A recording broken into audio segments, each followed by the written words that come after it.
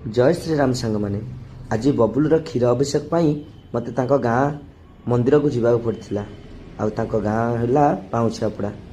सेठी मु जाकि पहुँची जाइली बाबा एकांतवासी पाखरे सी प्रथमे मु बाबा एकांतवासी गेट टी देखिली मंदिर गेट आक लगिकी पोखरी बहुत सुंदर देखा जाउथिला। यही ठाकुर पाखरे बहुत लोग गुहारिया पड़ती आ मंदिर कारुकार्यक्रम अति सुंदर थिला जोटा को मु उपभोग करने मंदिर चारिपाखरे फोन धरी घूरी बुली बुलू बुलू बुलू बुलू एमती गोटे जिनिस देखा पाइली जोटा केबे मु देखी नथली। आपण मैंने जदि केबे देखी निहाती ताल कमेंट करिए। ये जो देखंतु ये जो कूଅ अच्छी ये कूअरे बाबा एकांतवासी को जल अभिषेक करने एठार पानी कढ़ा जाए आ ये हूँ गुहारिया घर जो समस्त आसी गुहारिया पड़ती।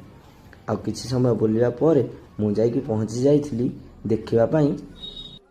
ब्रह्मकमल फूल पाखे सेटा को मुझे केबे देखी नथली। मत गाँ भाईना कहले कि यहाँ हूँ ब्रह्मकमल गछ इतने देख ब्रह्मकमल फूलटे फुटी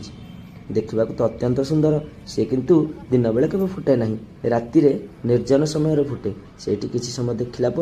पुणी थे मु मंदिर चारुपार्श्व बुली बुलिली देखापी तार छोट छोट कारुकार्यक्रम एमती बुलू बुलू मु पुणी थे पहुँची जाइली जाकि बालकृष्ण पाखे ये होती से काली बासुकी जार कृष्णकर पादचिन्ह जहाँकर मस्तक उपर अच्छी तापर मंदिर चारिपार्श्व बुली सारा पर मु पुणी थे आ गोटे छोट मंदिर को जाइली एठी देखिली त्रिनाथ ठाकुर बसी से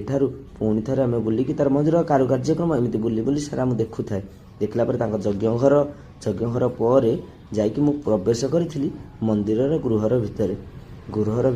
कारुकार्यक्रम भी बहुत सुंदर देखा किछि समय बीतवा पर मु प्रवेश होती जाकि बासुआ बलद माने नंदी पाखरे नंदी बसी था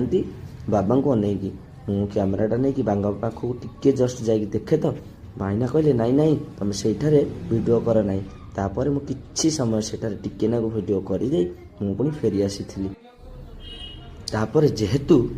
मु प्रथम थर पर ब्रह्मकमल देखी मो मन जमा मानि नथिला पुणी थे मु ब्रह्मकमल देखापी मंदिर बाहर को गली बाहर को जीवा समय देखिली मंदिर गेट रे बहुत सुंदर सुंदर कारुकार्यक्रम होता सेटारे किछि क्षण बुलवा पर बाहर दृश्य देखला पर मु पुणी थे मंदिर भितर को जीवाई अग्रसर हेली सेठी जीवा पूर्व देखिली गेट रे प्रभु हर पार्वती मूर्तिटे होती बहुत सुंदर लगिला सेठी देखिकी तापर दी साइड देखिली बाबा को लगिकी दी साइड रे दुईटी सर्प मूर्ति होती जेहेतु मु प्रथम थर ब्रह्मकमल देखी